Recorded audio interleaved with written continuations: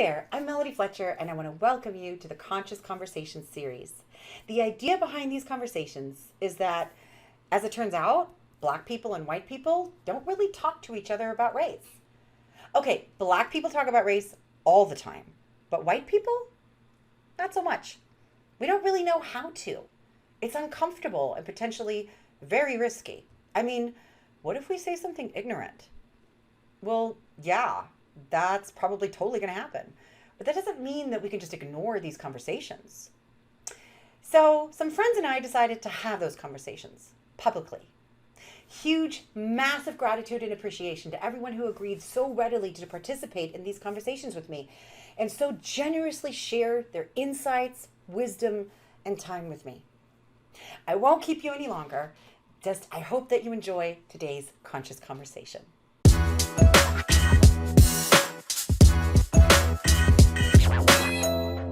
Hey everyone, it's time for another conscious conversation. My name is Melody Fletcher, and today I'm being joined by my awesome friend, Sophie Agamat, who, and this isn't like one of those web speak things where I'm like, this is my friend who I met 5 minutes ago, we're besties now. Like Sophie and I have been friends for donkey's years. Yeah. God, like Yeah. 15 years at least, I think. 2004? I think it's closer. It's probably closer to 20. Something like that. Maybe, Anyway, but almost 20 when neither years, one of yeah. us has aged a goddamn day in all that time. It is amazing. Exactly. So thank you so much for being willing to do this with me. Particularly because you're not somebody who's like in the public eye. You don't have a website that we can send people to, but we are going to put your Instagram and your Facebook on the screen in case anybody wants to keep up with you, and we'll do that at the end of the video as well, in case you wanted to get in touch with Sophie, because she said so many brilliant things here today, which I'm sure she's going to do. So welcome, Sophie. Thank you, my love, for being here. Thank you. Really happy to be here. So, Sophie, can you tell us a little bit about yourself? Like, what is your cultural background? Because one of the things I wanted to do was to make sure that this wasn't something that was super American-centric. Like, okay, we're only going to talk about America. I'm a very international person, and so I wanted to bring in people from different places. So you're one of the first people, you're actually the first person to ever say to me, do not call me African-American because I'm not African or American. So can you give us your cultural background? Yes, so I'm from the French Caribbean, 2 islands, in fact, Martinique and Guadeloupe. So my father's from Guadeloupe, my mom is from Martinique.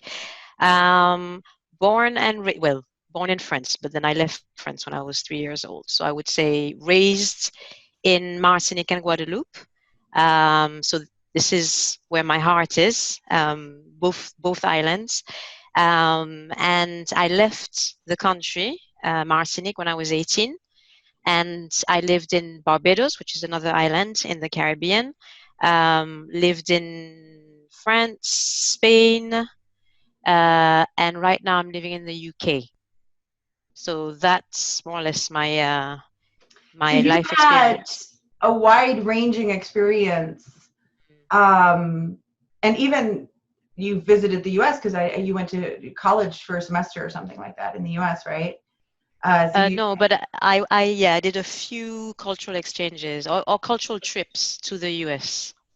So you've had a little opportunity to see this culture as well. So, and this is one of the reasons I wanted to interview you, is because you have such a diverse experience with, let's just get right to the point, because we're willing to get uncomfortable here. And so I'm sure I'm about to make somebody out there uncomfortable just by saying this, but as a Black woman in all these different cultures, you've had all these experiences. And I wanted to show that side and wanted to hear your story and to share your story. Because I think there's some really, really valuable insights in there. So you live in the K. We met in Spain. We met in Barcelona.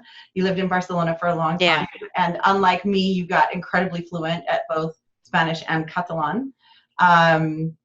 So then you tell us, if you don't mind, tell the story. This is one of the first stories you ever told me. And this sticks with me because it was so incredible. Because I think you and I grew up differently to a lot of people. Like, and we didn't grow up the same, but in my childhood, like there were no Black people in my childhood. And I didn't know what racism was. And I didn't know anything like that. And the first time that I saw a Black person, I was fascinated. I was not scared. I was not, put off. I was just like, woo! And my mother had to hold me back because I was, a 10-year-old kid going, this is cool. And she's like, that could be racist. And I'm like, what? And I contend to this day that it isn't, because I didn't hate that person. I just, I was a curious child. And so I didn't grow up with that. But you also didn't grow up with this paradigm, right? It's and that's why I tell a lot of people who grew up in a place where they were the minority. So I did grow up with white people, but I didn't grow up in a place where I was the minority. And so, the gardener was Black, the lawyer was Black, the politicians were Black. Well, to some extent, because there's, the Caribbean is a very mixed area, but that was it. I was surrounded by people that looked like me, or that I considered to look like me or to be like me. And so I never had that sensation of not being wanted in my own home. And I think that this is fundamental because to me, that gave me very solid foundation of who I was.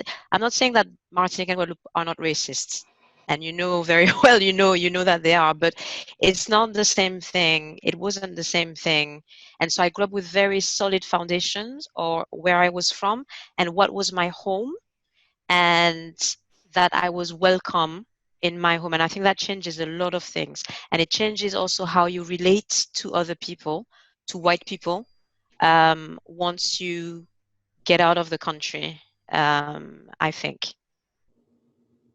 So because I think you made such an important point, you didn't grow up as a minority where you were being Black was the majority. So you had representation, the doctors, the lawyers, the politicians. You didn't feel like those avenues weren't open to you. No, I didn't. And I also came from middle class background. So I never believed that I had any limitations because of my skin color, because of anything. Right.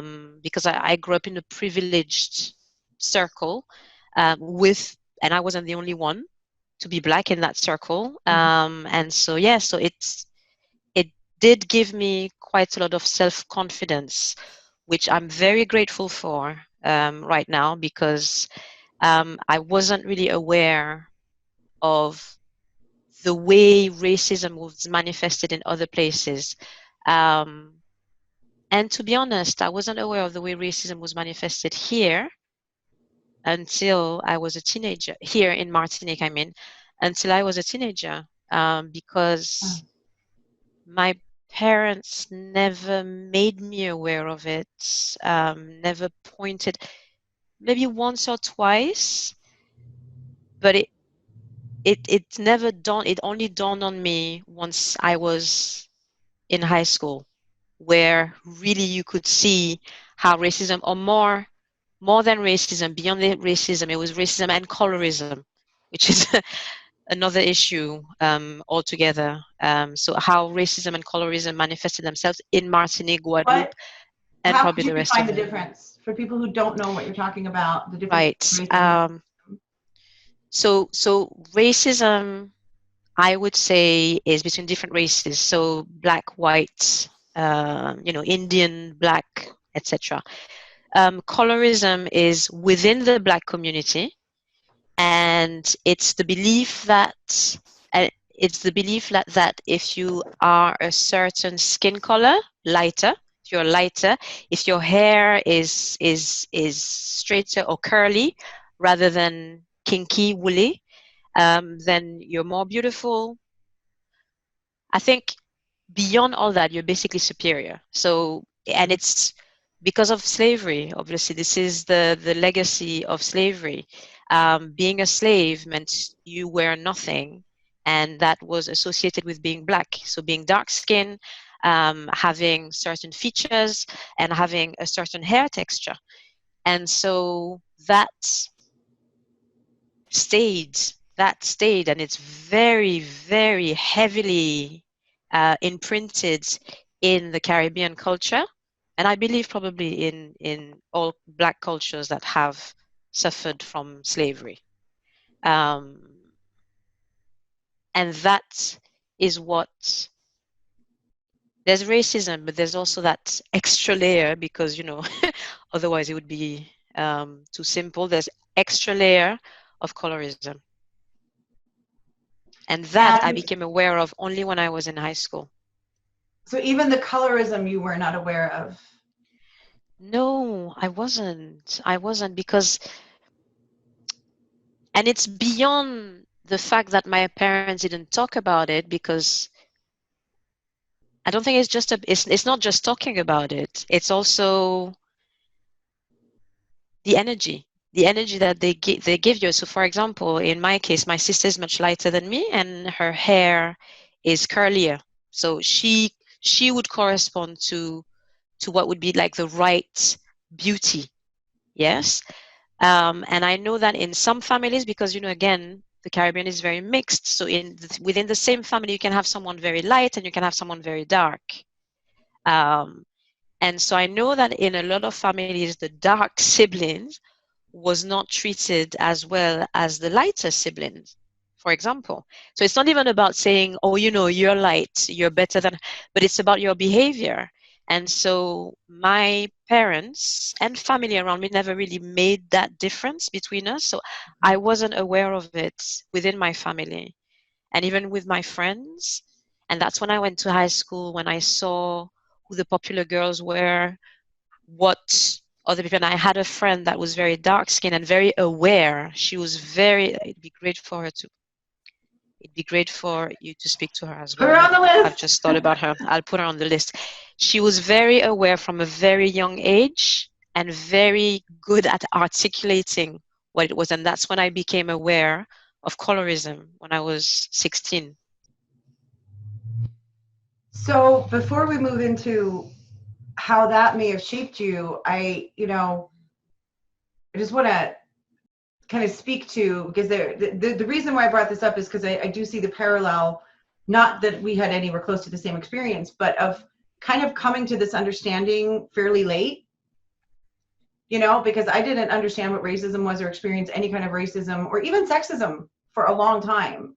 And it was so, even though I was in a society where that was practiced, I didn't become consciously aware of it and feel any kind of, you know, ire directed towards me in any way until quite late. I mean, I was well into my teens, probably, you know, closer to 19 than anything.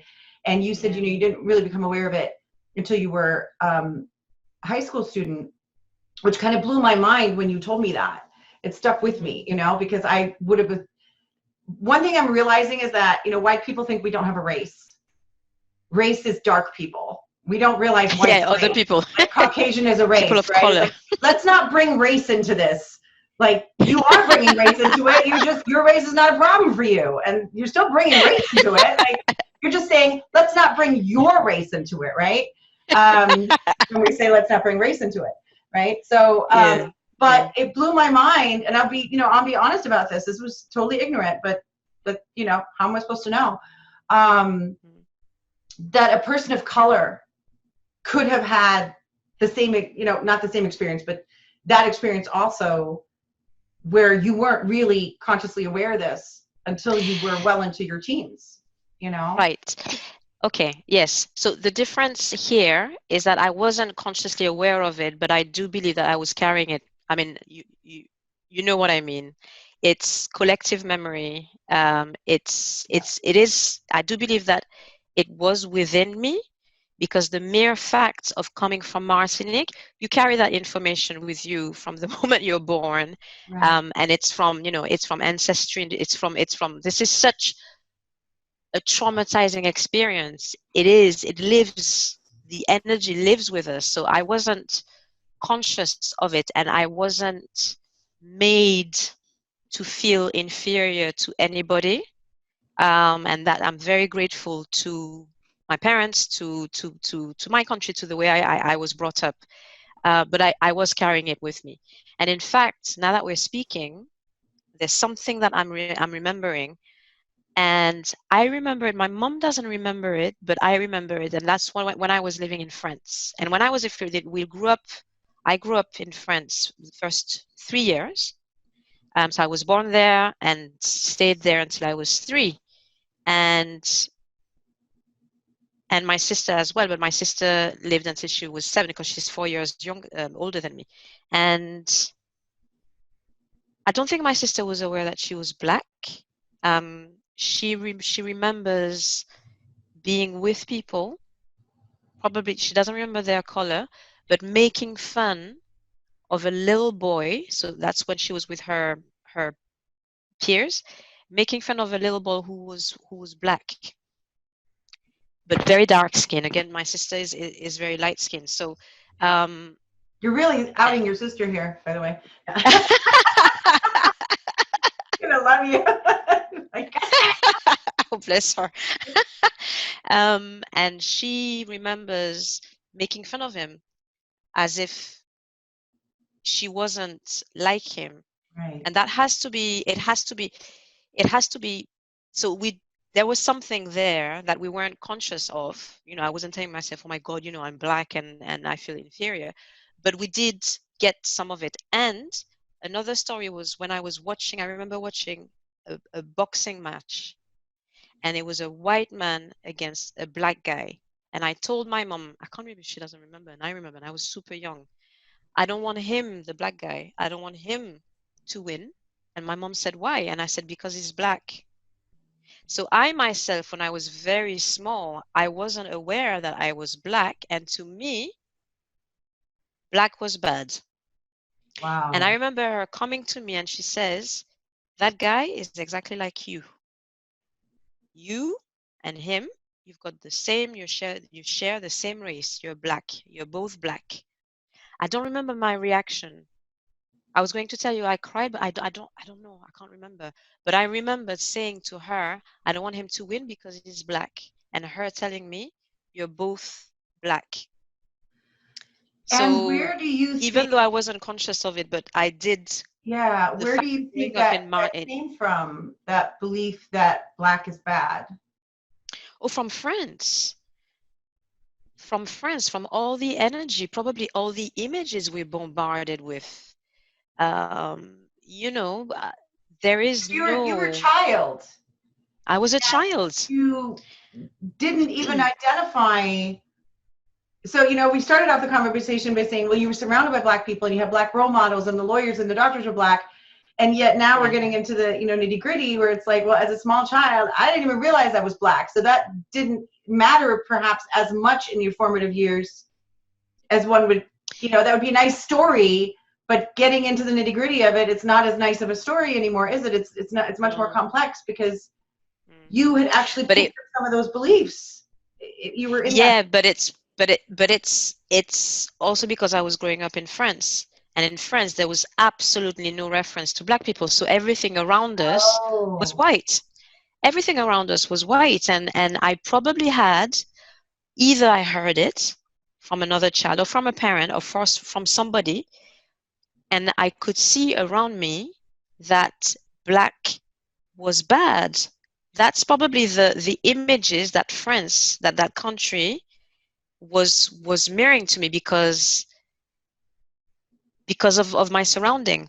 And that's why I'm so grateful that I moved when I was 3, that I moved back to Martinique. So grateful. So, and yet, people who were born and raised on Martinique. Mm-hmm. And it's not like racism isn't a part of their life, is it? Yeah. This is actually quite interesting. So Martinique and Guadeloupe have quite a specific history in that we're still French. And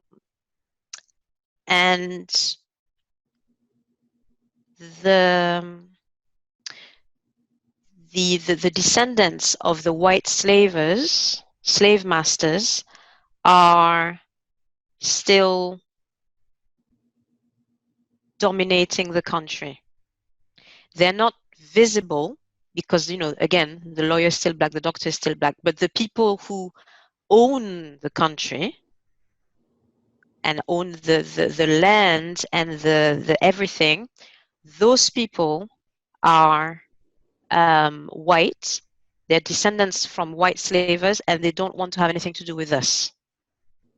So it's still very there, but because they're not visible, if you don't know about them, you may see them sometimes. And I grew up in a school where there were a lot of them, but it's not like in the States or in France where you've got white people all over the place. These people, you don't see them, so you become aware of it as you grow up, as you're gathering data, as you're gathering information, as you're getting little hints, you're seeing things, and that's how it is. But racism is very much a part of their culture.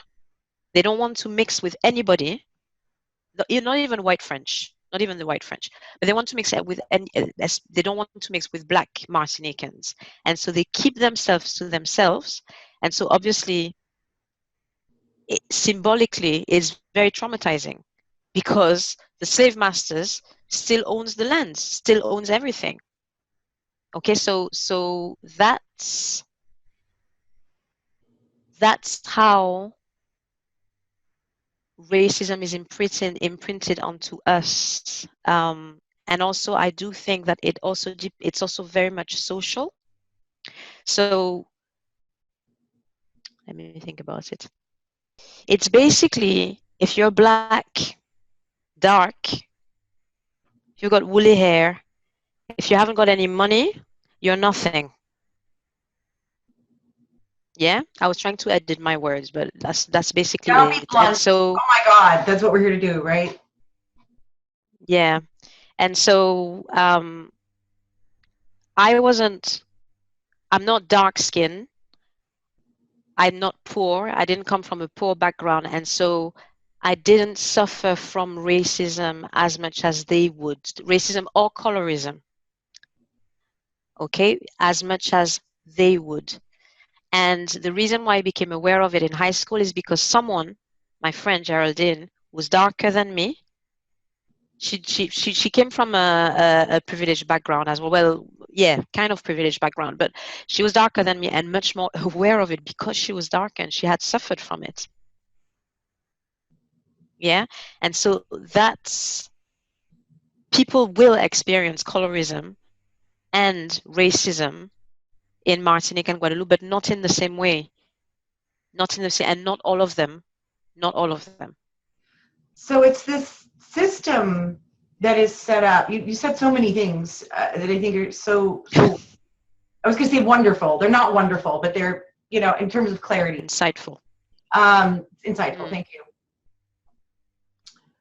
Is that there's this, and I think, it's really hard to demonstrate and prove systemic racism. And that's why I want to take a moment to pick it apart, because I think it's one of the parts that a lot of people, a lot of us don't understand, because it's something that is easily dismissed and, oh, come on, that's not what that is, and it can happen in these micro ways that aren't micro at all. And I think you just gave such a great alliteration of it, because you have this system set up where the slave owners, the slave masters, you call them, still own all the land, so they're still benefiting off of that system, even though maybe they don't technically own you anymore. The system hasn't broken apart. And I would contend that the energy of slavery is very much alive and well.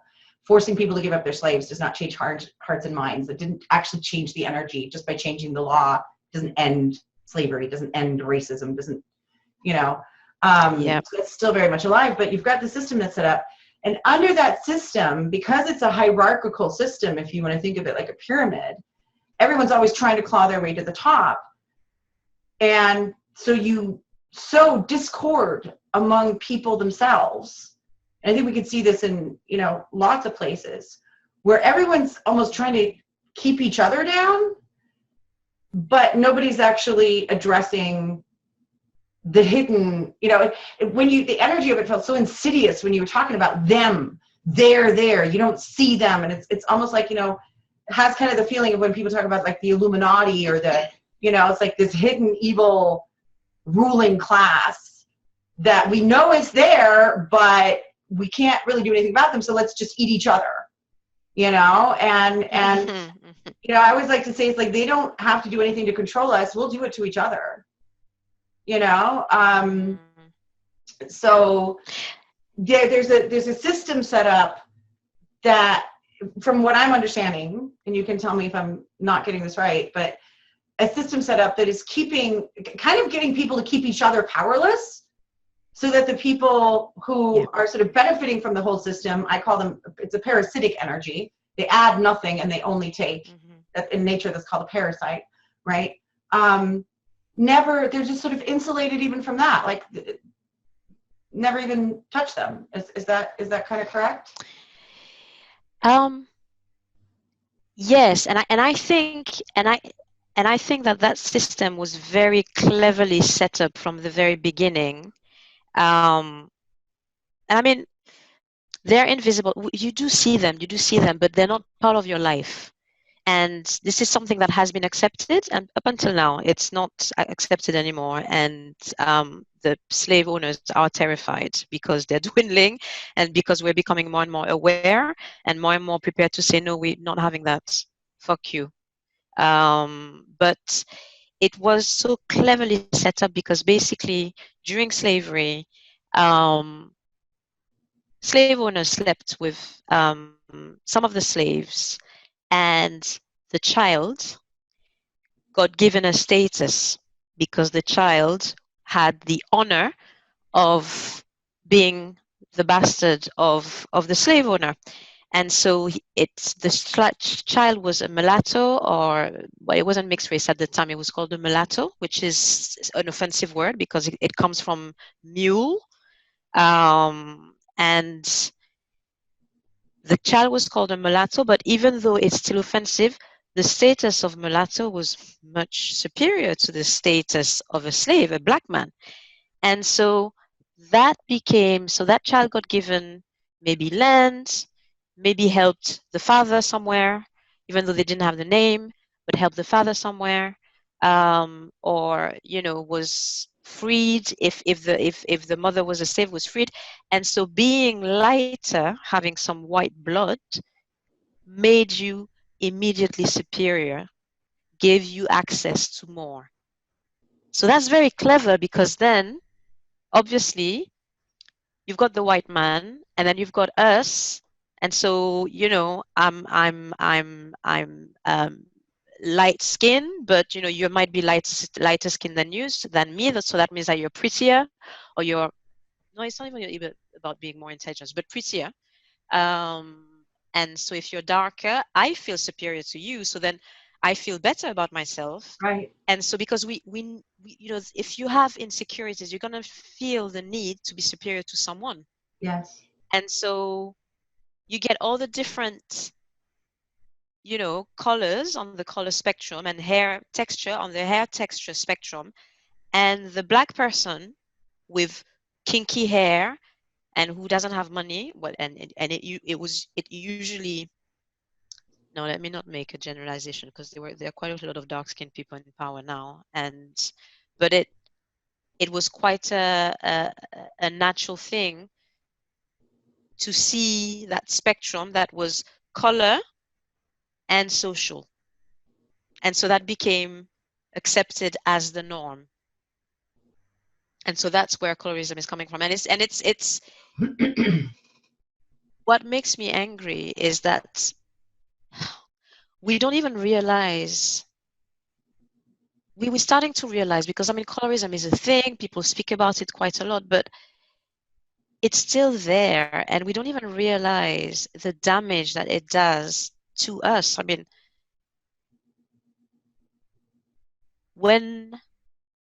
and this is something that is happening all over the Caribbean and in the rest of every country that has been plagued by colonization and slavery, there's colorism.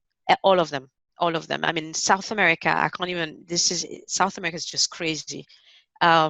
But just to give you Wow. an example of the thing that is putting Black people against themselves, so that's so clever, is with immigration. We don't have a problem with French people coming into Martinique. It's the sort of immigration, or even, let's say, other white people coming from different countries. We don't have a problem with that. But what we do have a problem with is Haitians coming. They suffer from so much racism from Black Martinicans, Haitians, St. Lucians, because they have no money, and Haitians are dark skinned, generally speaking. So they represent everything that subconsciously we don't want to be. It's self-hatred, basically, that we're doing. And so there's so much racism directed towards them, so much scorn, and so much because of that colorism thing and that need to feel superior to someone. You know, if you've been made to feel inferior all your life, and I think it's just human nature. If you've been made to feel superior all your life and you finally find someone that makes you feel inferior, or you're gonna jump on that wagon, that train, and That makes you just, feel superior. Yeah. yeah, yeah, yeah.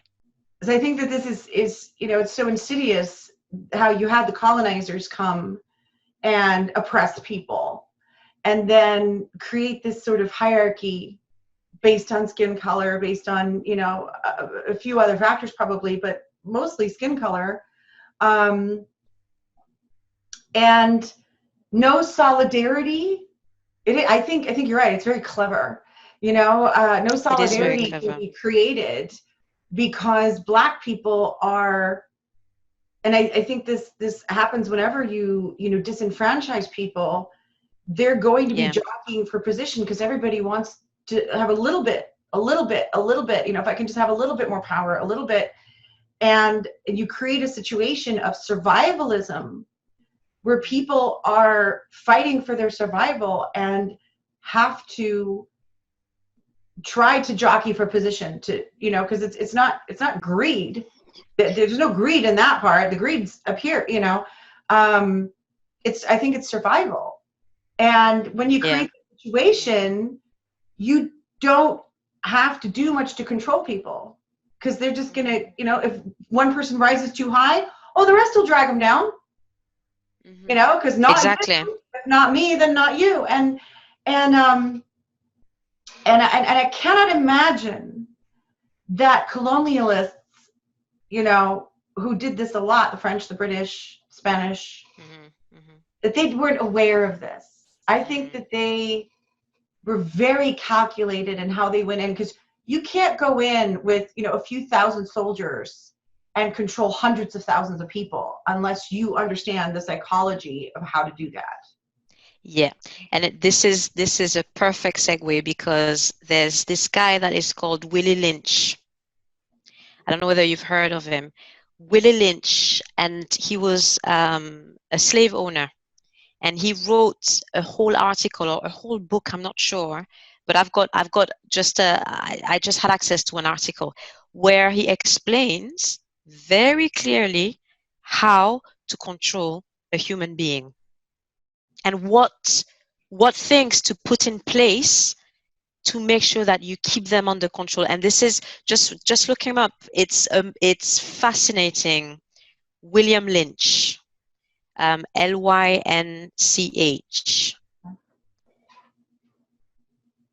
That And he sounds wrote something regarding control of slaves within the colony. And it's a verbatim account of short speech given by a slave owner in which he tells other slave masters that he has discovered the secret to controlling slaves. So it was, when we talk about systematic, there was a system there put in place to keep those slaves in control. And It was a group of people that put it in place, and it's they put it in place very effectively, because I mean it's still going on. It's still going on. Yeah. And I think that's when people are talking about systemic racism, that's the kind of thing I think, tell me if I'm wrong, that they're talking about. It's that not that people are creating systems now, that we're still working off the old systems that are so ingrained that they've been normalized that we don't even realize, and that people are still unfairly benefiting from. Mm-hmm. And others, of course, on the flip side of that, are unfairly being disenfranchised for. So there's still certain people paying for other people's benefit, and that there's a system set up and to ensure that that continues. And it's almost more insidious than, you know, when you come right out and just say it. You know, I think you said something to me last week when we talked. I'd almost rather deal with a racist who's just racist to my face, than somebody who is, you know, sort of undercover. Yeah. Because it's so much easier. It's so much easier. I mean, you said it, you know, you called me a nigger, whatever. You said it. Okay, fine. Things are clear now. I know where I'm standing. But in this country, for example, in the UK, people are so good at not telling you what they think and finding ways. And you've got to read between the lines. And I'm not British, so I don't know how to read between the lines. It's not part of my culture. I don't know how to read between the lines, but they're so... Sorry? You take it at face value. Yeah, I'm like, you know, you told me this. I mean, you know, that's what you mean. Like, oh, they must be fine. They said they're fine. And then, but the British person will be like, no, that means they hate you. Like, oh. But it's not even, but it's not even, and it's beyond the word. It's the energy. It's the energy. How can you prove that someone's energy is toxic? Right. How can you prove that someone is not wanting you, you know, with all their body? You can actually feel it. You can't really prove it, but you can feel it. You can definitely feel it. And there's this, but not only this, there are things that are so subtle and things that you're not going to realize unless you're told or unless you're Black. And I'm going to draw a parallel there. I'm going to draw a parallel. So you're not going to be aware of those things if you're it's a bit difficult because basically, even as a Black person, there were things that I'm not going to be aware of. Why? Because of the circle that I hang out in, and because the fact that I'm a woman, the fact that people find me pretty, the fact that I'm not as dark skinned, there are things that that haven't been done to me because of that, right? And so I could very well say, oh, you know, there's no racism. I've never seen racism. There's no racism. I've never seen racism. I've seen racism twice or three times in my life. Systemic racism, I'm not sure, because it's much more subtle and sometimes you may not even see it. But I could have said something like that because I was in a social circle, a bubble, basically, where the people that I drew to me were not racist. Whether the circles that I hang out with, there was no racism, or at least it wasn't openly expressed to me, right? Where I didn't feel that doors were being closed to me. So I could have said, well, no, there is no racism, until you start hearing experiences from other people, and people making you aware of shit. And I'm going to draw the parallel with myself when I was 16 and I was oblivious to colorism. It's because I had never suffered from it until my friend, who was darker, told me, wait a minute, it's going on. And then she gave me very specific examples of how it was happening. You see, so I think I'm not going to be... Such a big point, Sophie, for me. Because I think, first of all, I think you just defined privilege perfectly. I wasn't aware of it because I never suffered from it. Yeah. Right? I think that's privilege. And not considering ever that could be happening in the Black community, that could be different levels of privilege as well, of course, which means different levels of ignorance, really. Ignorance being just lack of knowledge, right? I don't know this because I've never suffered from it. And yet I think the difference, the really crucial difference for me of what you just described is that your Black friend took you aside and explained shit to you. White people don't do that. We do not do that. We do not, especially in America, we don't talk to each other. A white person is not going to take you apart and go, listen, you don't seem to understand racism exists and here's what's happening. And because white people as a whole don't really suffer from it, right? Yeah. And so Yeah, there's yeah. that, insulating privilege, whereas you may have different levels of privilege in the Black community. And of course, there's always different levels of experience. That's totally understandable. But you're taken aside by your community, by someone in the community, and told, you don't seem to get this, I'm going to educate you. And I don't think white people are getting any kind of education. We're now, some education is starting, but that is a real cultural difference, I think, that white people don't talk about race and Black people talk about race.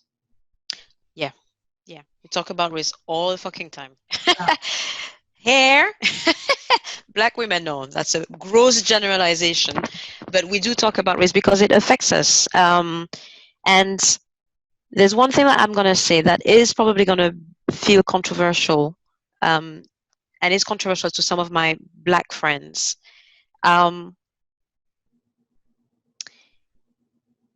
If you have been living in your bubble, now it's becoming a lot more difficult to justify this.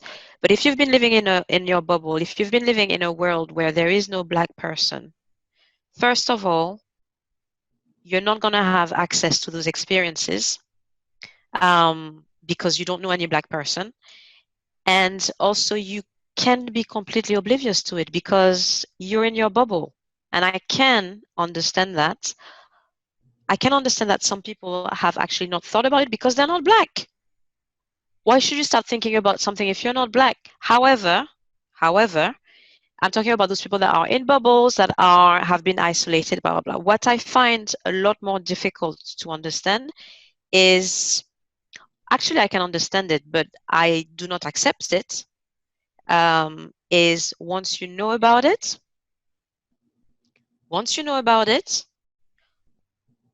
what do you do? Once you know about it, you're going to feel uncomfortable. It's going to be unpleasant for you to discover that. But and I think that's you need to shift. Something has to shift. You can't just carry on as if nothing had happened. Yeah, and I think that's where white people, and I'm not making you responsible for the entire Black community, and I'm not going to make myself responsible for the entire white community, but in my opinion, that's where white people could use a lot of help.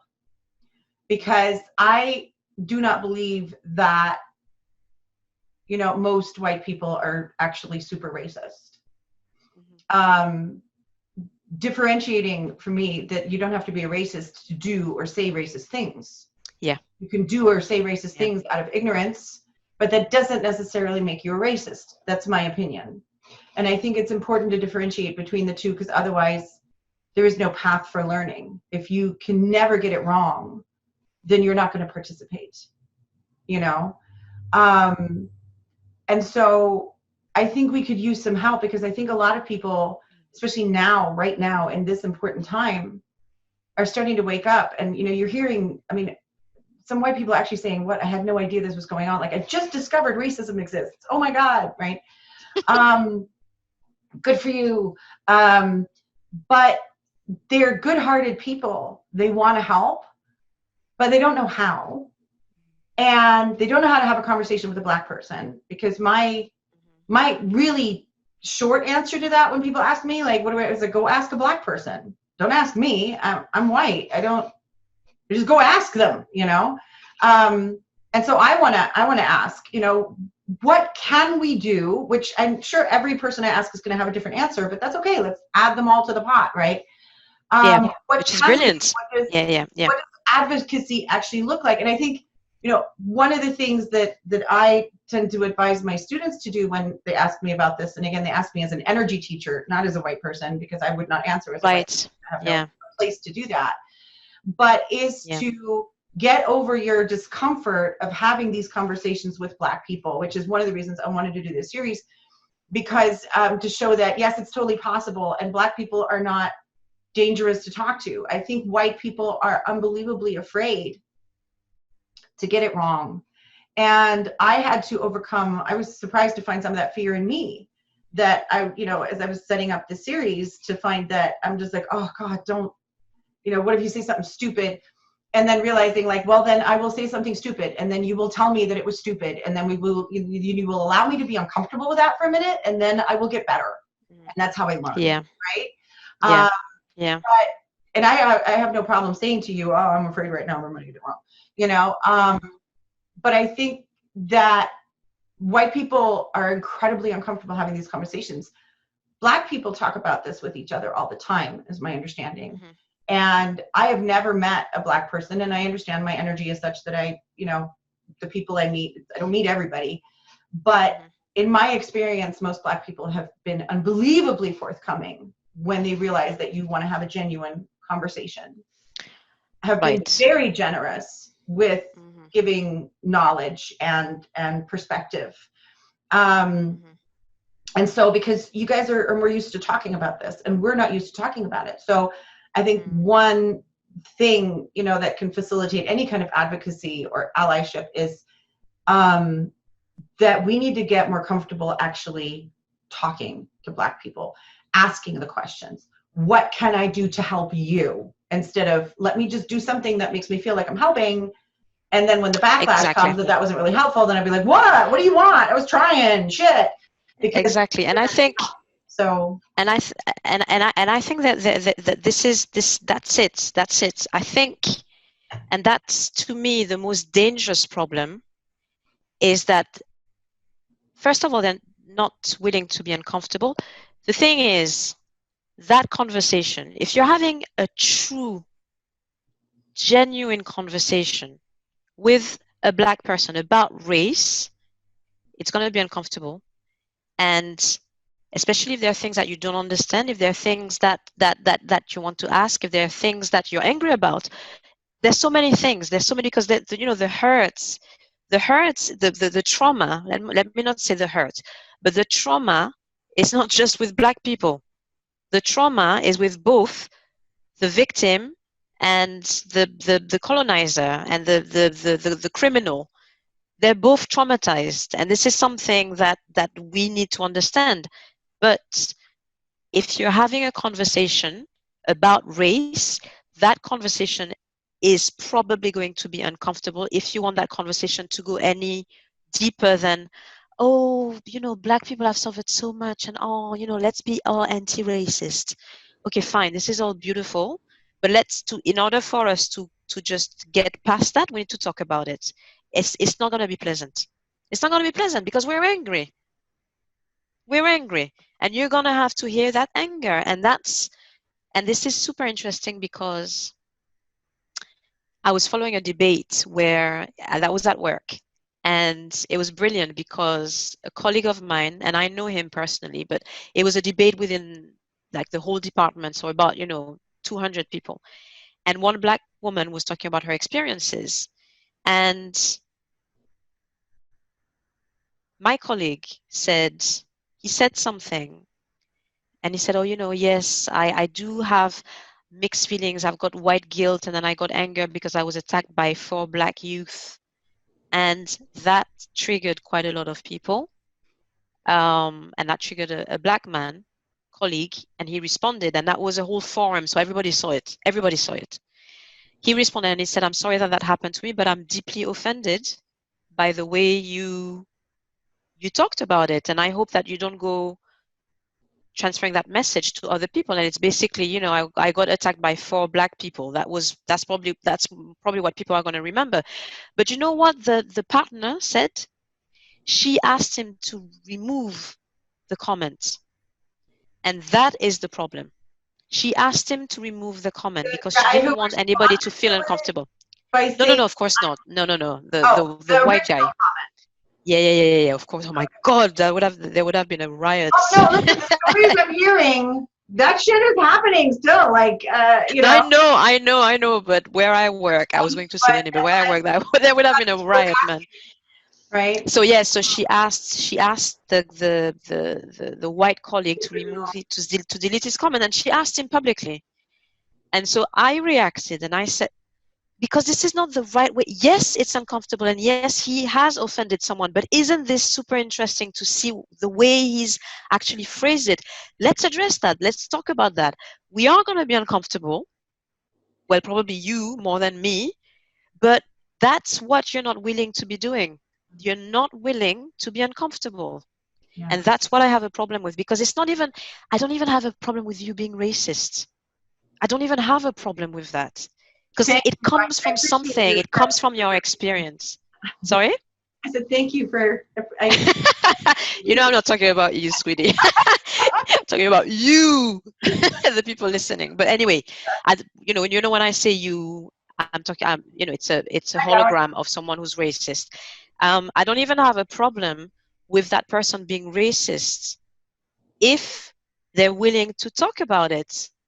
But what I do have a problem with is you not willing to have the conversation because it makes you feel uncomfortable.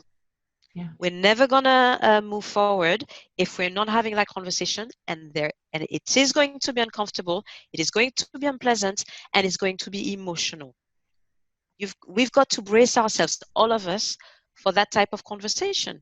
And it's not just that. You talk about being anti-racist, and I do believe that, yes, there is a thing about speaking out against racism and saying, what you just said is not cool because blah, blah, blah, blah, blah, blah, blah. But also, let's all be a bit humble and look into ourselves. Are we really non-racist? Because, there's so many people who want to claim that they're non-racists. First of all, what is racism? And then, are you really a non-racist? Don't you have any biases? Don't you have any biases? None? I have biases based on race. I have them. I've admitted to them to myself, and this is super important, is to admit it to yourself also that you have biases, because then you're aware of them. And then you can do the work. Yeah. I think that the first step is self-awareness. Yeah. Because I saw, and that triggered those two things that got triggered with the conversation I was seeing, because I was seeing so many white people just coming and see, as a non-racist, I never realized that I was blah, blah, blah, blah. Now we need to be anti-racist. Okay, fine. Yes, okay, fine. You need to look at other people and make sure, you need to have enough courage and do this. But let's look at yourself as well. Let me look at myself as well. Yes. When we talk about racism and being anti-racist and non-racist, let's look at ourselves as well. Are we really non-racist? Have we got no bias whatsoever? And then become aware of that. And I think that makes for a much more honest conversation. I totally agree. I mean, you're preaching to the choir. I think that, I think I even did a video on this a few years ago, how we are all essentially prejudiced. Every single human being is prejudiced. I didn't use the word racist because it can come out in different ways. Maybe it's not about race, but you have prejudices. Because of course you do. You grew up in a certain way. There's belief systems. There's, ignorance. You don't know something about somebody. You got told something about something. And then, and it could be about any culture, gender. We all have prejudices because we all have knowledge gaps, a lot of knowledge gaps. And the key is not to say, I am not a racist, I'm not a racist, I'm not a bad person. It's to say, you know what, maybe I fucking am. And if I am, show me so that I can stop doing that. Because if I am doing it, it's not on purpose. It's not because I hate. It's because I'm ignorant and I don't know any better and I would like to know better, please. But that moment when you're doing something that you don't know is offensive or hurtful to somebody else, and then somebody points it out to you, that is a really horrible moment. Yeah. Where you have to own the fact that you have done something inadvertently that offends someone. And this is where the defensiveness comes in, where we just going to defend ourselves and go, what? I didn't mean it. It's your problem, you know? Instead of the way I like to look at it is like, you just stepped on someone's toes. You didn't mean to step on their toes, but you stepped on their toes. And there's two different, you know, there's many different ways you can respond, but people can respond by saying, oh my God, I'm so sorry. I didn't mean to, but I'm sorry I did. And I will look out more so that I don't step on people's toes, right? Most people in a toe crunching situation would get that. They don't get that in other periods of life. Or you can do the equivalent of putting on steel-toed boots and stomping around and going, shouldn't you have your fucking toes there then? You know, I get to walk here. This is not my problem. You should watch your own toes, right? And I think that we often go into the latter because the idea of us having potentially done something hurtful and maybe that makes us a bad person is so painful that we don't want to face it, and so we get defensive. Instead of, and, you know, I don't see a path of being open in the United States right now. If somebody did something 20 years ago that was a racist act, doesn't make them a racist necessarily, but they did something racist that wasn't considered wildly racist at the time, by the way. I think we also have to accept that society was more racist as a whole, and accepted that kind of thing as a whole, right? But there's no path for redemption, really, or not a very good one, where you can say, oh my God, yeah, I did that. And I had no idea it was a problem at the time. Now I do, and I would never do that now because I have learned. And for that genuine, you know, for people to actually learn and get better, because I think we all have to learn and get better, you know. I don't want to skirt I know we talked about it in a philosophical way now, but maybe in a more concrete way. What does advocacy or being an ally look like to you? What would you like to see from your unique perspective? Not, you know, necessarily trying to speak for all Black people, but from your unique perspective, what feels most empowering to you in terms of what can I, as your white friend, do to help you, basically?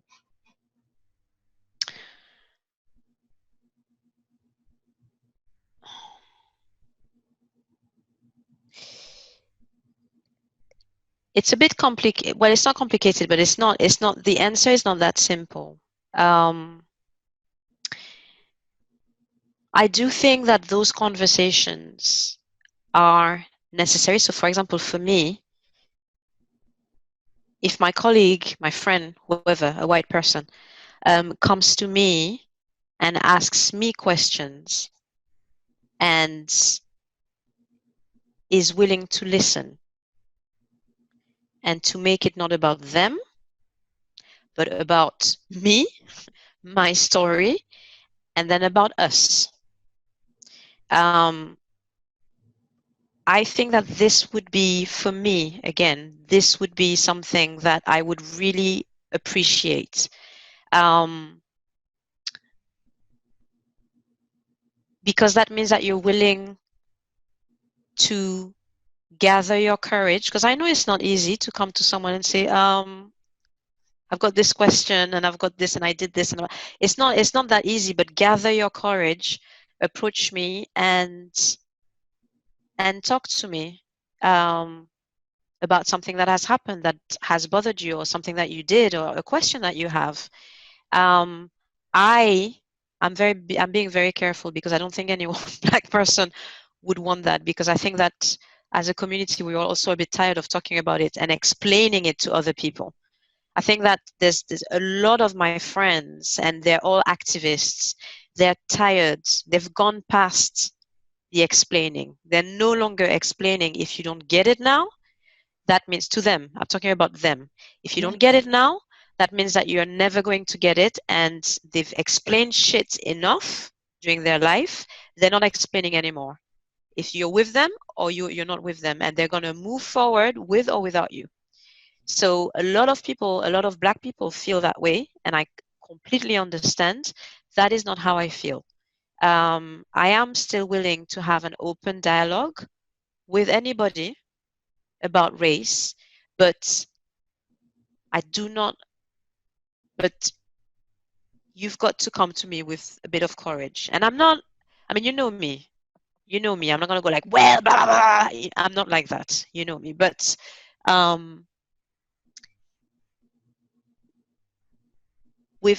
the emotional state that I'm in, I don't really want to hear any defensiveness, you trying to defend yourself or trying to justify or trying to make this about you. Because then after the All Black Lives Matter and the George Floyd thing, a lot of colleagues came to me, colleagues that I get on well with. And it was quite interesting because I had all the different, the nice spectrum of reaction. One person came and she was like, well, I wasn't aware of it, and so I'm coming to you because, I mean, what can I do? But she was uncomfortable.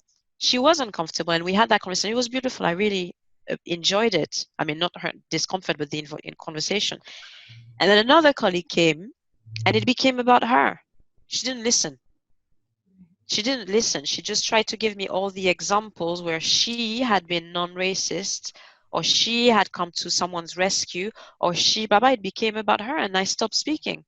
And I'm like, you're not trying to solve anything. You're not listening. You're just trying to make yourself feel better. A white person, and I think a lot of white people do this, and I have certainly been guilty of it in the past. I will own that. When a white person comes to you and the conversation is ostensibly about, here's why I'm not racist. I'm not racist, right?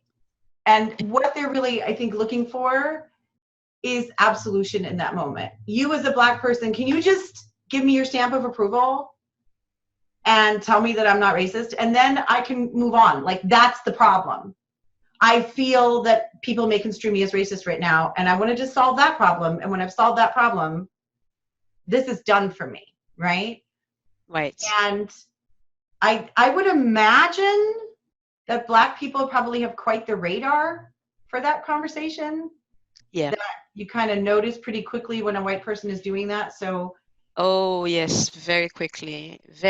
And this is why when I saw those posts about those two girls saying, as a non-racist, blah blah blah, I can smell that, I can read, I can feel the energy. When you and most Black people would feel the energy when it's all about, oh, this is about me and me making myself feel better. Well, don't come to me if you're trying to feel better. Don't come to me. Come to me if you want to have an open conversation. I'm not going to make you feel better. I'm not going to absolve you.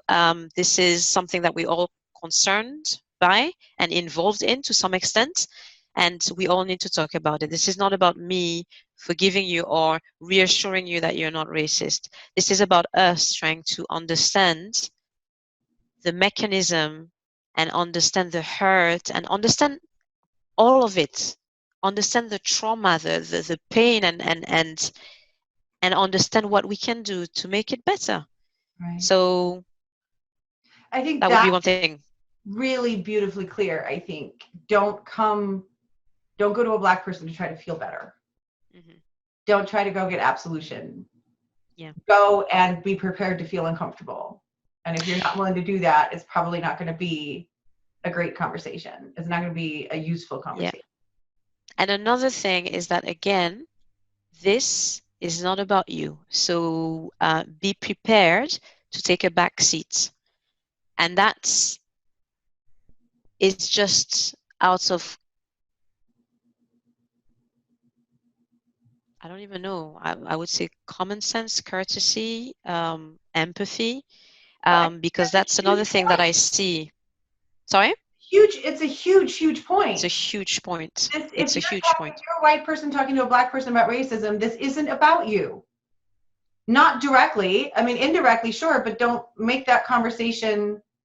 That, again, if you want to talk about you, maybe don't go talk to a Black person. Go talk to your therapist or something. Go talk to your go talk to your white friends about it. Let's talk about race amongst each other and get a little bit more comfortable with it before we, like practice or something. Maybe, if you want to talk about your white dry run. Go talk to a white person about that. But if you're going to go talk to a Black person about it, it isn't about you. It's ask the questions.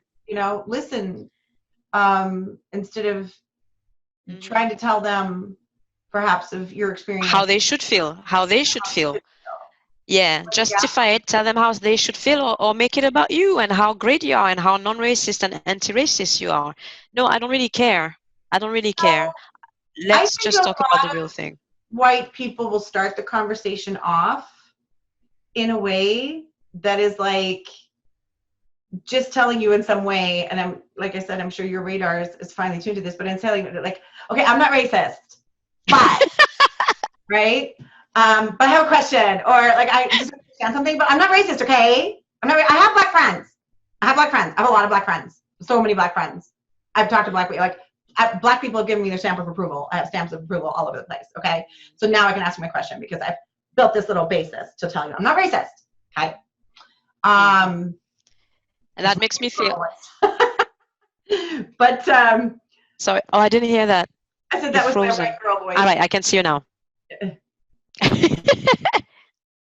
So, but what happens to you when someone does that? When someone starts the conversation with, okay, I'm not racist. Like, are you automatically more open, or are you now closing down because you're like, oh, for fuck's sake, here we go again?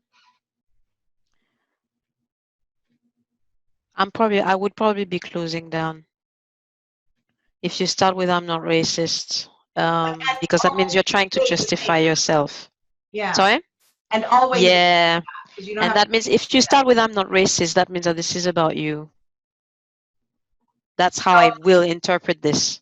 It's about you not being. It depends, because it depends. It's quite difficult for me to say, well, I would do this, because you know that I work with energies as well. But most probably, if you're starting with I am not racist, or maybe it could just be a way of introducing it. I've never had someone come to me and say I'm not racist, but I don't remember that experience. Well, I remember people coming and hesitating. Yeah. There's different ways of saying it, but if They're different ways. I think if you start off justifying yourself or making it about yourself, you're probably doing that.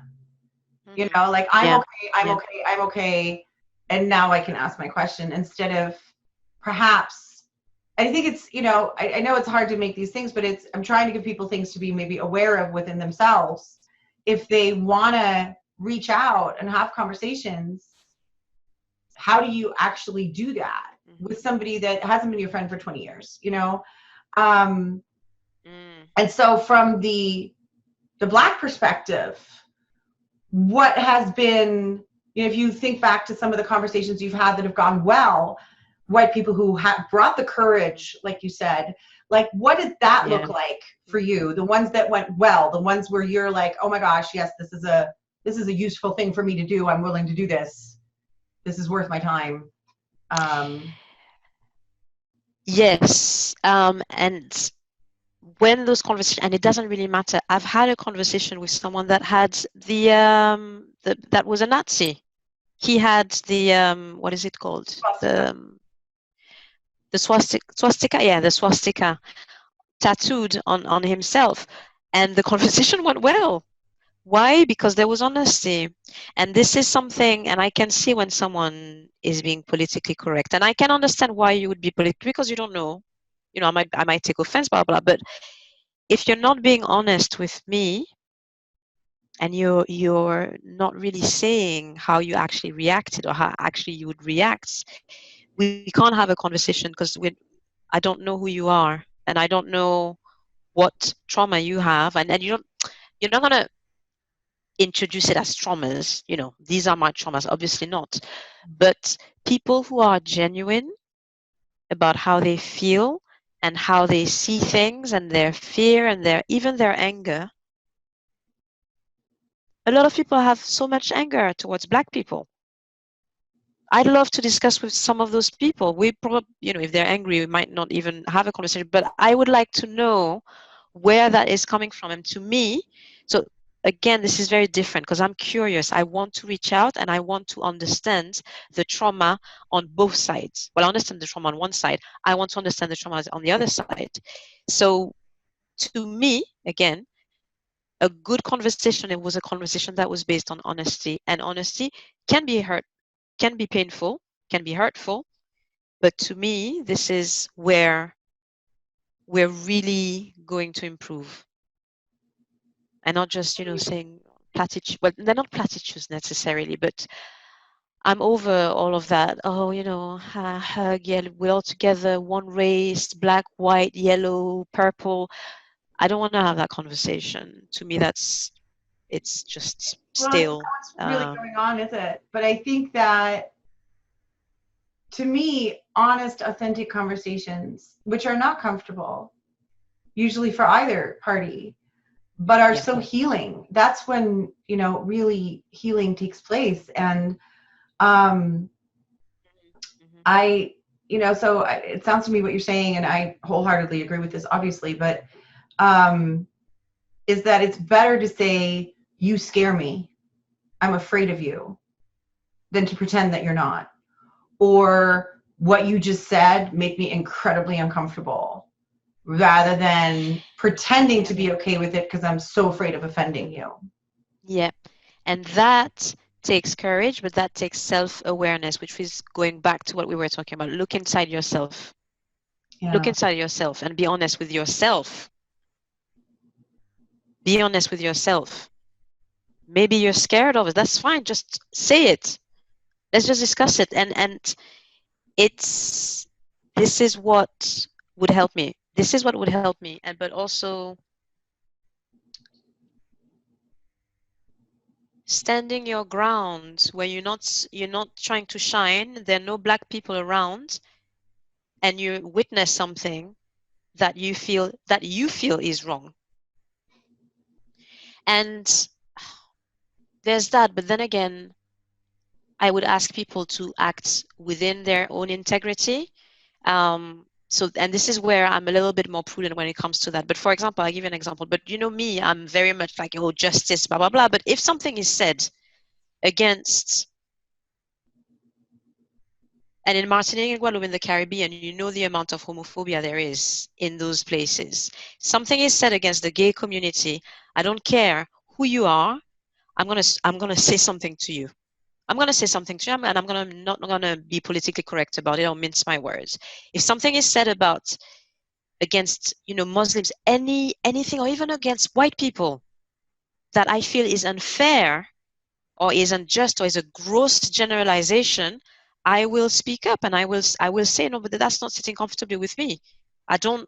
Why did you say that? Why? And I don't agree. And please, and if those are offensive words, I will say, please do not use those words in front of me. That doesn't solve the problem. Doesn't mean that the person is going to suddenly become non-racist, non-homophobic, and all of that. Of course not. But I'm standing my ground. I'm making myself heard. You've heard my position, and we can have a conversation about it. If you're going to be offensive, hateful, violent, we're not going to have a conversation about it, and we're probably not going to be friends. I refuse to be with friends like that. That's the operative word, friends, because I'm not sure how much good is done, and I'm not telling people what to do here. Every situation is different, obviously. But I'm not sure how much good is done when you're in public and you see somebody doing something perhaps borderline offensive and you jump down their throat for it, or you overhear something from the next table. I think there's much more good to be done, because that all that does is create a backlash. And I'm not saying never ever do that. If you see somebody abusing somebody, oh my God, jump in if you're in a position to do so. But I think it's friends.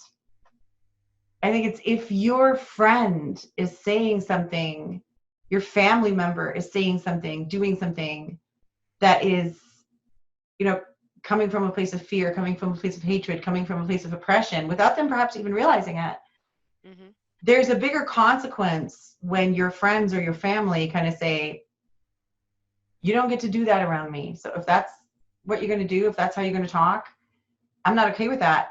Because number one, there's a bigger consequence. Some stranger on the street hates you. Who cares? Mm-hmm. You don't get to spend time with your good friend anymore because you keep, behaving in a way, crossing their boundaries, essentially. You can't respect their boundaries. That's a consequence. But also, there may be more of an opening there to actually have a dialogue about, which is hard to do when you're really offended, by somebody. Yeah. Have a dialogue with them about, like, why would you say that? Why would you insist on, because people, I could say whatever I want, but why would you want to? Like, yes, yeah, you can say whatever you want, but I may not hang out with you anymore. That's a consequence, But why would you want to? Why are you insisting on, like, why are these words where this is where you stake your claim, and, like, and because, and I think actually asking that question instead of just judging them and saying, and this is easier to do with people that you actually care about to begin with, instead of just saying, like, you can't say that. Why do you insist on saying it when, I know that you know better. I know that you know that this is an offensive word. Why would you insist on saying it? Like, what does this represent to you, right?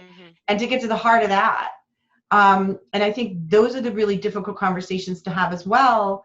Again, a lot of it also between white people and white people. So, there's a lot of white people that they're very uncomfortable talking to black people, but they'd be just as equally uncomfortable talking to, like, a white supremacist, for different reasons.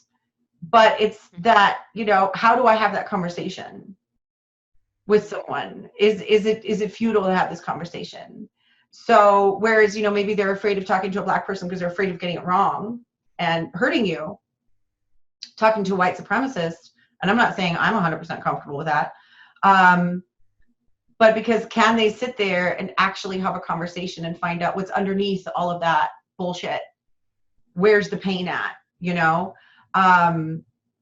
would be afraid of having that conversation for different reasons, because will that person, will that even go well? Will that person become violent? Will that person, just shout them down? And again, it's going to be uncomfortable, and having a willingness to be uncomfortable, to heal these wounds on both sides. And then sometimes it can just be useless, or futile, because that the person is not going to change. I've had, my sister has had heated arguments with, I'm not going to say who, but someone who was anti-Semite, and who would say the most outrageous things. And at the beginning, she would just refuse, and every time he would say something like that, she would just start an argument with him. But in the end, she decided to not say anything because it was useless. It was just hurting her. She was wasting her energy on someone who was not willing to listen. So I can absolutely understand when that, you're not going to gain anything by talking about. I understand that, but at least consider it. Consider it. And there's another thing that I'm going to mention, but this is something that I do. But I'm an activist. I'm militant when it comes to so many causes. If someone has been proven to be openly an institution, a shop, I'm not going to name names, but a very famous clothing line, etc., has been proven to be openly racist, then fucking stop buying there. Do you know? And it's hard. It's hard. I've had to do it.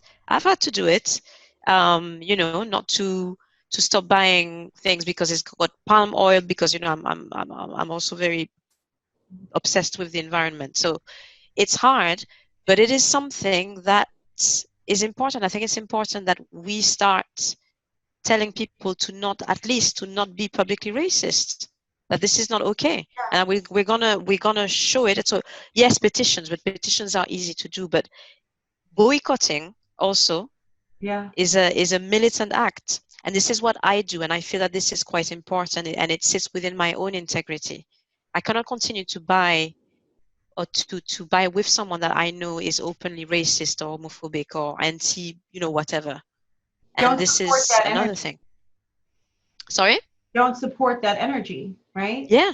If like that bothers you, the way they do business, whether it be for the political views or, slave labor or, anything, horrible working conditions or, there's exactly all of that. Like, don't buy from them anymore. And because that actually, economics has the power to change things. And even though it doesn't make racism go away, it makes it less successful. Mm-hmm. We don't want racism or homophobia to be successful, right? Mm-hmm. And when somebody is institutionally prejudiced Mm-hmm. and there are no consequences aside from a few people who go boo, and then then it's successful, Yeah. right? And then there's no Yeah. incentive to change it. But Mm. when you saw, after the Supreme Court made gay marriage legal, you saw a bunch of corporations jumping on that bandwagon, and they don't give a fuck about gay rights. Of course they don't. But Opportunity.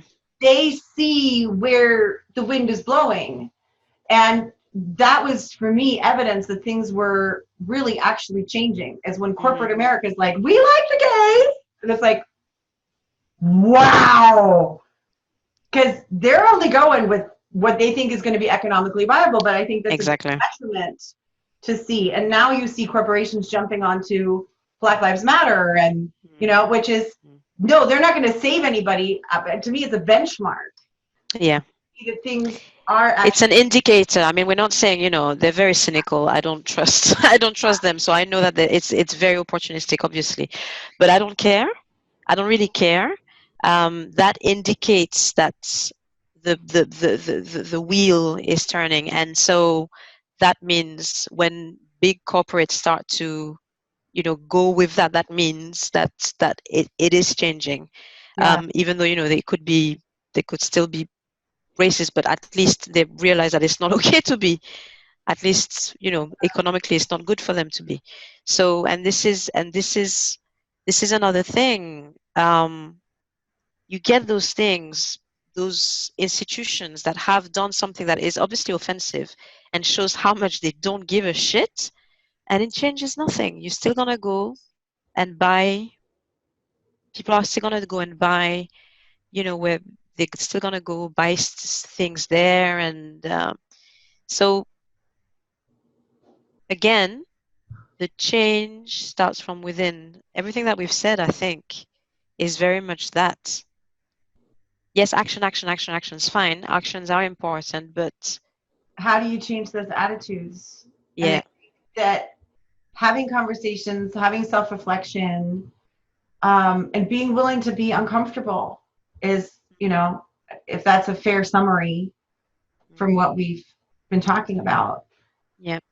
then I think we can not wrap it up in a neat little bow. There's no neatness about any of this, but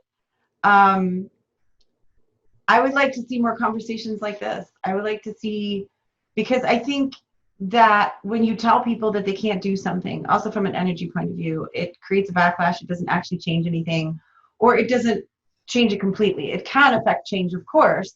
And I'm not saying it's not good that we have laws against racist things, but as we see, it doesn't fucking solve it. But I think if in parallel we have these kinds of conversations where we can sit together in non-judgmental ways and actually talk about, why is that racist? You know what? I understand it is. I've been told. But why is it racist? Instead of just like, well, you should know better because it's illegal because the law says. But that, but why is that offensive? Why can't I say and be okay if the person who you're asking gets pissed off because they think that you should fucking know why it's, and that's the thing. That's probably why we're so afraid of asking those questions, because we know we're going to piss off the person that is in front of us. But you need to know. You need to understand. Yes, okay, fine. They're going to be pissed off, but you don't have to go up to somebody on the street and go, oh, excuse me, sir, I'd like to have a conversation with race. Why is that thing racist? Like, it's okay to like have a little pre-dialogue and get to know each other and then say like, is it okay if I ask you a probably really dumb question? And that gives you that reminds me of something, and that was something that I loved. And during the Olympics in London, there was the Paralympics, and after the Paralympics, at the end of the event, every day there was that little show that was led by disabled people. Are you talking about the last leg? That's the one. The Last Leg with Adam Hills. Yes, I love that show. Did you see? I love that show. And so, they made jokes, but they were okay because, it was okay for them to make jokes, obviously. And they were hilarious. And there was a segment where they asked, is it okay? Is it okay to ask? Or is it okay? And there were some of the questions and they answered the question. So the show was by differently able people, led by differently able people. So it makes it credible and it makes it okay for you to ask questions. And so some of the questions were funny, some of the questions were a bit offensive, but everything was treated with humor. And obviously, it's not always going to be the case. And even as a friend, sometimes, I've got people asking me, okay, but yeah, but why? Why is this? For example, I can have someone say, okay, but why is this racist? I can very well just run out of patience and say, for fuck's sake, don't you know? And then explain. Or not explain. It will depend. I mean, again, we've been explaining this for so many years. We're running out of patience a little bit, but at the same time, I can't see any other way than asking.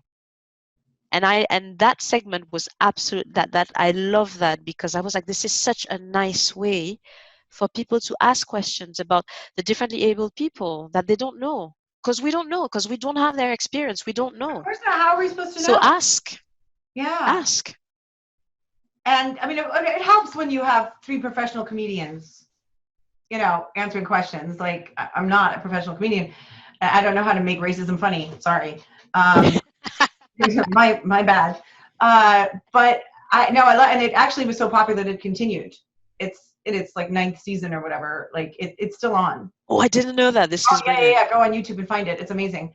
But I think that that's a really great parallel that, here are people who are very disenfranchised, who, can't even move around in many places in the world because it's not, accessible, and issues that we never think about, that we have no idea about, I mean, just the other day, I heard about an app for blind people that when they're out and about, they can turn on the app and then, like, a volunteer, so they don't have to bother their friends and family constantly, but like, what's on this soup can? And then they'll read in the soup can, because even in this day and age, we can't put a little braille on anything.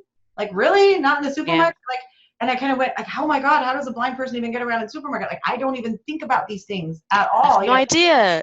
Costco, they can't never go to thought Costco, about it. Yeah. move everything around every week. So, you can't even get like the layout straight in your head and know where everything is, because they keep changing everything around, right?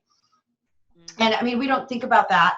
And yet I think by getting those educations about how people's perspective and experience is so very different from ours, the more I do that, the more it opens me up to understand that no matter who I'm talking to, I don't know your experience at all. Right. And I can't make any assumptions about you. I don't know how you've lived. I don't know your life. And it may be vastly different from mine, but I find that infinitely fascinating. And I think that as we start to share each other's stories and we start to get over our egos of, oh no, now I'm not okay. Like, I'm either right or you're right, and one of us has to be wrong, and now I'm going to argue with you, instead of just fucking put it out the door and have a conversation and be uncomfortable if you need to be, but this is how you stretch and learn, and this is how you get better. It's growth. I think that's when we can start to accept each other, and celebrate each other, because I truly believe that in this, race issues, gender issues, however you want to use it to divide people, there's wounds on both sides, and we will benefit, all will benefit from the healing of those wounds in ways that we can't even comprehend yet. I think that there's more power there than we can comprehend. And when we fully understand what we've been suppressing all this time, we would just kick ourselves.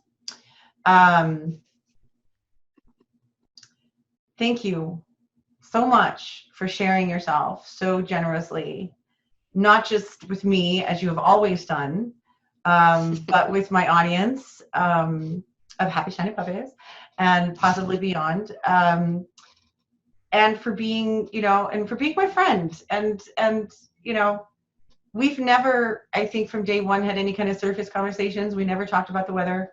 Yeah. We've always tackled these big issues, and I don't know if you're going to be the first one I publish, but you're the first one I'm recording, and I'm so grateful for you being in my life. And you've given me, you've really opened up my perspective in many ways. And by being so courageous for doing this with me publicly, especially since you're not somebody who's normally in the public eye on, on issues like this. So I just appreciate you so much. Thank you. And I mean, I was comfortable and I was happy to do this because it was you. And I know that you understand so much, and you have the ability to get that data, to be uncomfortable, to have those conversations. This is why I'm very comfortable and very happy to be talking to you about this, with you about this. And we've had many conversations about this, and I'm hoping we can have more conversations. I mean, not necessarily like this, but just the two of us, because that's exactly what I mean. Honest conversation, willing to just get down to it, and lovely friend. Lovely friend. So yes, thank you for that, and thank you for taking the initiative. Oh God, thank you for participating. If anybody wants to know more about Sophie or check her out or connect with her, you want to have some awesome, authentic conversations to within limits. She has a job, but you can do so. We're gonna put the Facebook and Instagram connectors on the screen so that you can connect with Sophie if you choose to. But don't bombard her with all the questions. Like, I finally have a Black friend. Now I can ask her all the questions. Like, I don't know what I've just done to you, Sophie. Like, I hope I didn't. People are going to bang down your door. But who knows what comes of it. But if you'd like to connect with Sophie, she's graciously given us her contact information. So, so I'm not sure how to end this except for to say huge thank you for, helping out and being part of these conversations, which I hope will be useful to people. Cool.